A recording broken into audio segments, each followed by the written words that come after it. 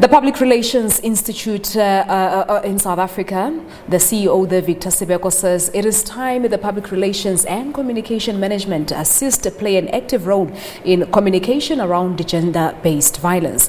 Mr. Sibeko joins me now live via Skype to look into the role of PR in GBV. Good afternoon to you, sir. Thank you so much for joining us here on the SABC News channel. So I suppose, firstly, congratulations on your appointment to the advisory group of the African Public Relations Association. This entails huge continental obligations, and I think the question is, how do you plan to use this platform in the fight against gender-based violence? Oh, thank you so much. Good afternoon to all the SABC viewers at home. This is a serious challenge, and it is with a heavy heart to hear of the report of a child that has been found dead or in farm. Now, as a professional body and as a public relations communication management body, it is important for us to know exactly who we are and what is our role.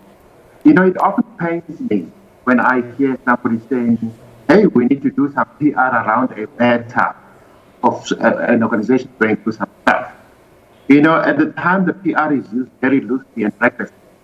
It's used in the sense that they have to correct something or spin something and tell a lie to make something look good. The true public relations is all about communication. It's all about managing stakeholders. It's all about perception. The perceptions out there are very, very, very, very disturbing in the sense that people think that women are inferior. Women should be treated anyhow. And women should be punished for dressing in a manner that they think is challenging them. Now, the most painful part is when children are also part. So as a profession, we need to rise to the occasion and play a very important and meaningful role in assisting various organizations that are dealing with issues related to gender-based violence. And this should start at home. This being a June month, a youth month, which coincides with Father's Day, by the way. Fathers are supposed to protect us. Fathers are supposed to play that very important role in providing for the family's needs. But if it's the very same fathers who are raping and killing, maiming children and women, then it's not. So here we come in. We need to assist organizations and families to know how to communicate issues around gender-based violence. So how do we go about doing that as communicators and public relations practitioners? Because I do know that you were a part of the Presidential Summit on Gender-Based Violence. What conversations were you driving on how we should communicate any news that is related to gender-based violence, taking into consideration the sensitivity of this issue? First things first is how do we put together the messaging? How do we relay or talk about these things?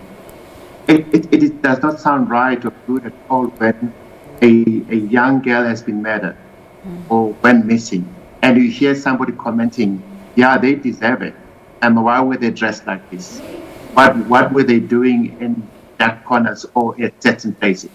That is reckless. The phrasing and the together messaging is important. And that's where we can assist, because when you communicate, the communication that goes out there must be effective. It must offer credible information. It must be clear as well. So as a profession, I think we need to start zooming in, either start master classes in assisting people how to communicate, because this communication also goes wrong at home. How daddy, dearest, and mommy communicate.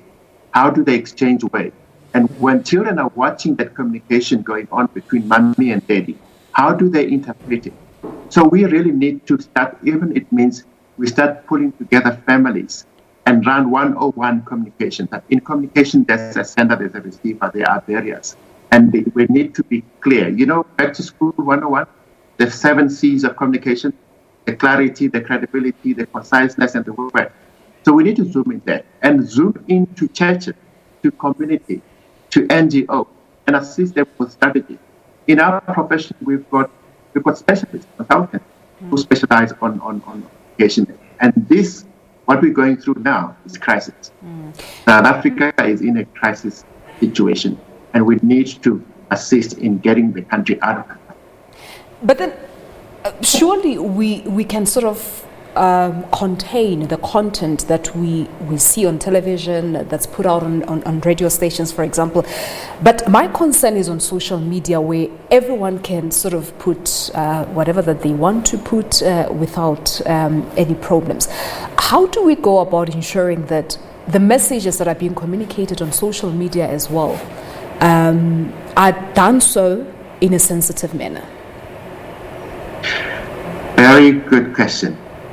We really need a serious masterclass or one-on-one on the good, the bad, and the ugly of social media.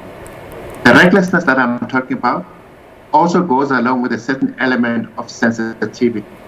As a people, we need to learn how we communicate things. We are families. I mean, I'm a family man.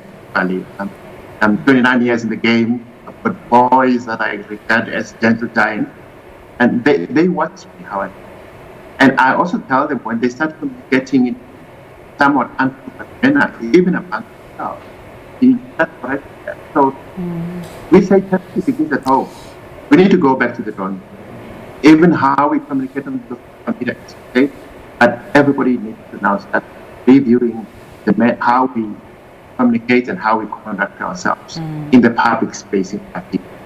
All right. No, I'm afraid due to time constraints and your line not being one of the best lines we have to leave the discussion at that. But thank you so much for coming through. This is a continuous discussion. We'll certainly have you back to look at the impact that communications and PR may have on gender-based violence. There you have it. That's Victor Sibeko. He is the CEO for the Public Relations Institute of South Africa, talking to us about communications and PR in light of gender-based violence.